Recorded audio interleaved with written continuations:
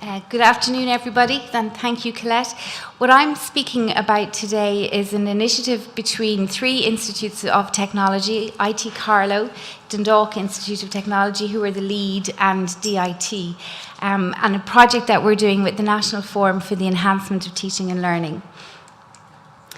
What I'll do is talk to you a bit about the background to the project, what the actual professional development framework is that we're working with, how we're engaging with it, what's resonating from the framework, and what we hope will be the longer term impact of the actual project.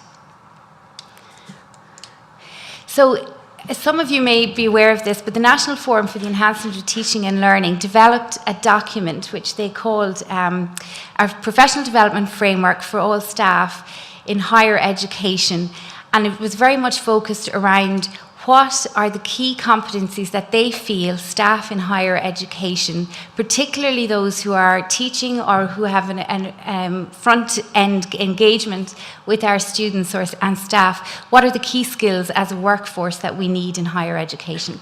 And they had a consultative process where they built this document based on discussions they had with people, and then they rolled it out Our project is going on 18 months now, so they rolled it out in about 2016. So this is what the document looks like, and you can access it on the National Forum's website, but it's a framework for people involved in higher education. Thank you. And what they did was initially, after they developed this document and made it available publicly, was they had these pilots where they had short projects that could look at this document and do some work around it. And the first library group that did that was the HECA. It was some private colleges who took this document and they looked at it in terms of their work in libraries and how they thought this document would actually apply to their work. And when those pilots were over, the framework then was developed further by the National Forum in order to do further work on the project. So what they asked people to do was to bid for funding in order to work with the Forum to look at the framework document in more detail. And they funded a number of projects, including the one I'm talking to you about today. And they were very wide-ranging, the projects that they're looking at in terms of different groups across the higher education sector, taking this document and looking at it to see how might it inform our practice. And it's been a rigorous process in terms of we've developed work plans, we've an international panel that we meet, and there's lots of timelines and structures that we've worked on over an 18-month period so far, and then I'm going to speak to you about that and the outcome that we're hoping. So the framework is flexible, and it's about developing key skills across numbers of disciplines for staff in higher education, including educational learning technologists, academic developers, research staff, library staff, support staff, and it focuses on 5 key areas that the Forum have identified as critical to developing skills in our workforce. They talk about 5 domains, and in that document that I showed you a minute ago, there's lots of elements that underpin that, but they talk about the self, and very much back to what we heard yesterday from Alison's talk, know yourself, understand your strengths, your weaknesses, and how do you develop that further. They also talked about professional identity, values, and development, and that everybody in higher education, whatever area you're working in, we need to be very clear about that. What, as library staff, is our identity? What do we value, and how do we want to go forward and develop that further? They talked about communicating your message and the dialogue that goes with that, and how might we as library staff use this framework in order to build further in that area. They talk about professional knowledge and skills and how we develop those, and then they talked about personal and professional digital capacity, and these are called the 5 domains, and the document talks about these 5 domains, and under all of those it lists elements that it suggests people look at, focus on, consider in terms of their CPD activity for their work. And we took this document and we looked at it in terms of CPD for library staff and how might we make these domains apply to our practice. and how might that work in line with all the other activities that we are hearing about and that we know are going on in CPD activity for library staff. So for example, how might it work with the Library Association of Ireland and the CPD work that goes on there? How might it work in terms of evolving roles, responsibilities and identities that we are all so aware of and we've heard so much about today? What kind of tools will help us in our work, and how might it provide a structure for us in terms of the work that we do? And we worked together, our 3 libraries, over the last 18 months. We've had, first of all, we started with a scoping exercise where we all took the document, we read it, and we came together to identify things that resonate with us. What parts of it are very easy for us to understand, or the bits of it that maybe we feel apply less to us than other parts. And it was a real learning process in terms of that standing back piece and strategically considering the work that we do, and standing back in terms of getting away a bit from the operational day-to-day and trying to get the wider picture. And again, it was part of that dialogue that we've had over the last 2 days around being part of the bigger picture, being part of something that the National Forum is rolling out for all of higher education, and having discussions in the library world, but also having them with colleagues outside of our libraries and having them in parallel with people in our organisation. So for example, there's a number of projects doing something similar to what we're doing in the library world, but they're doing it in different spheres. So engineers, for example, in DIT are looking at what does this document mean for engineers who are teaching? Do they identify as engineers first or as lecturers first? And what that might mean also for Engineers Ireland, and how can that support the engineers? So there's a project going on there on that space. Another project that's funded is looking at leaders and managers in higher education in a number of organisations, and how might the framework apply to their work. The Maynooth have taken their Masters in Teaching and Learning, and they're looking at this framework in terms of how is it informing the curriculum that they're using in terms of Masters in Teaching and Learning. And there's a project called Atlas in this body of work as well. That's a number of institutes of technology who deliver Masters in Teaching and Learning, and their Centres for Teaching and Learning have come together to see how does the framework influence the curriculum that they're delivering to their staff. So as a library group, we're doing something distinct to libraries, but we're doing it in parallel with lots of other colleagues in the sector who are doing it within their area. And things like that can be hard for library staff to do, and they can take time for us to reflect on and consider and think about how this is working. So these were some of the things staff were saying. While these contexts are hard at times, they recognise that the shift in learning that can come from projects like these, and why it is important to take time out to reflect on these matters. And what's coming out in terms of the project for us is that it has given us opportunities to really identify areas where we feel we might need more training and development opportunities, and we've run a number of seminars so far. So for example, we've had, and I'll show you some of those, but we had a seminar on identity, we had a seminar on CPD for library staff. We're going to have a seminar on the user experience in our libraries with our students, and involving the student voice in this, and considering how might this framework help inform our practice to ensure that we are delivering what our students want us to deliver.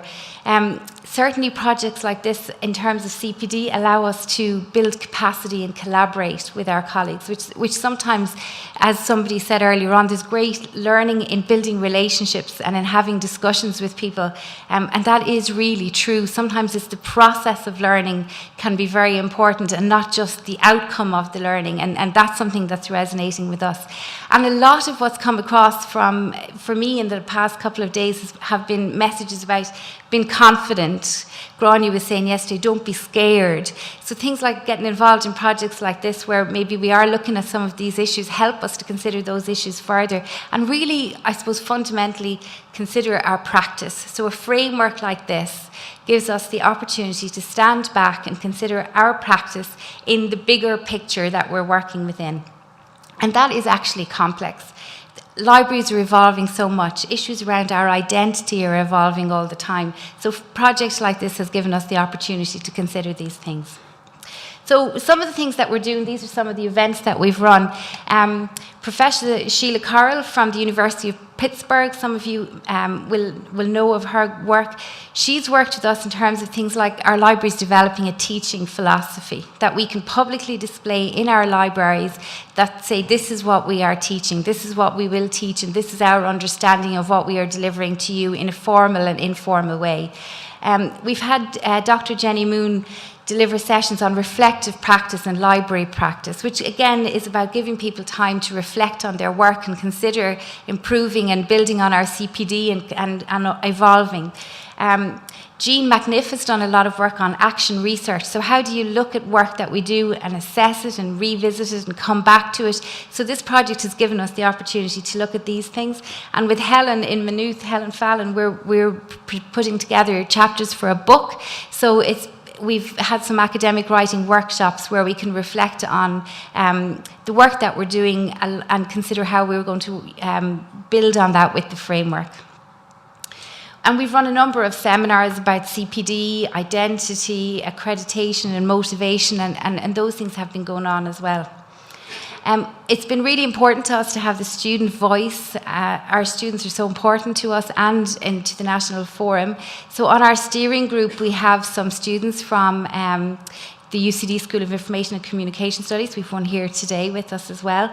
And that's been really important to talk to our students and make sure that what we are doing, our practice, continues to represent the best practice that we can deliver for our students, because our libraries are evolving all the time. But it's been important for us to have new recruits and new library staff on board as well, in terms of people who are coming out and are being qualified, to make sure that what we're doing in terms of CPD is something that's aligned and informed by what's going on in our library schools.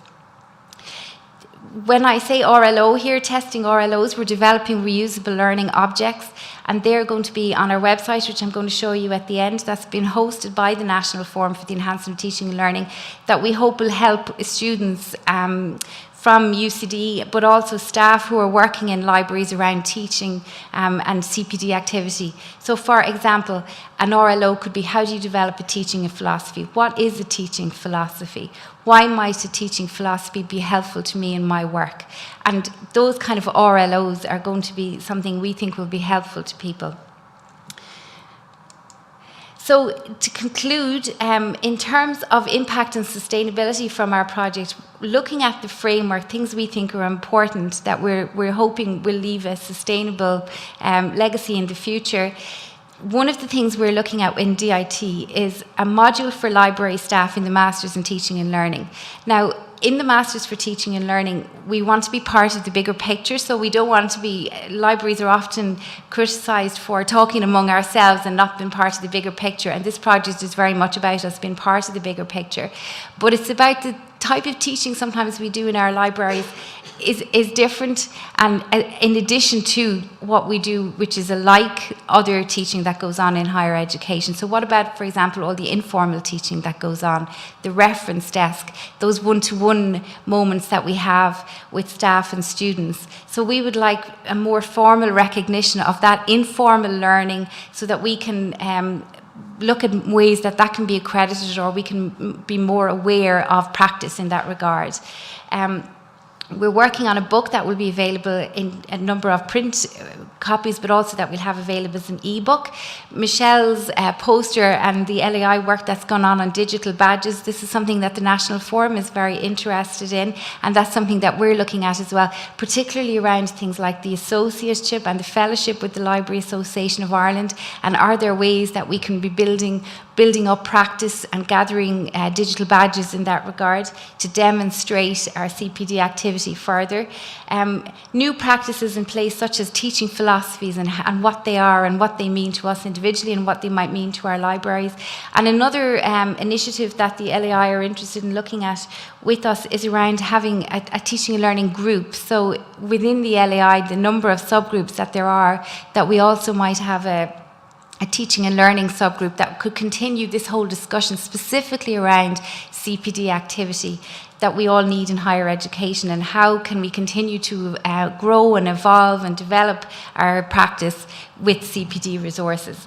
I'm just going to ask, please, Dara. So this is called L2L.ie, and this is our draft website. So you're all welcome to come to look at this. But the reason I want to show you this is it's very much in draft at the moment. But this down here, you can see it has 6 kind of buttons at the bottom. And what we're hoping to do is build on this. So we've started to populate this, where there's a piece about what L2L is, but there's also the framework, what the framework is and what that might mean to libraries. That there's a knowledge centre where we update that beyond the life of the project with resources and information about CPD for library staff, about the work that we do in higher education, where we have events and we list events here so people can go and have a look and make sure that they know what's coming up on the horizon, things like what conferences are coming up, what seminars are coming up, publications, material that we have done, the book, chapters, journal articles that will come from this, that those kind of resources are made available, and also beyond the life of the project, that people continue to do that. And then a learning zone where we have created communities of practice from this, where people who have been involved in this framework document are able to come here and see, well, who else was involved in it and could I contact them, and different RLOs and things that we might be able to make available for people in the learning zone after the life of the project. Thank you, Dara. Thank you all for your attention.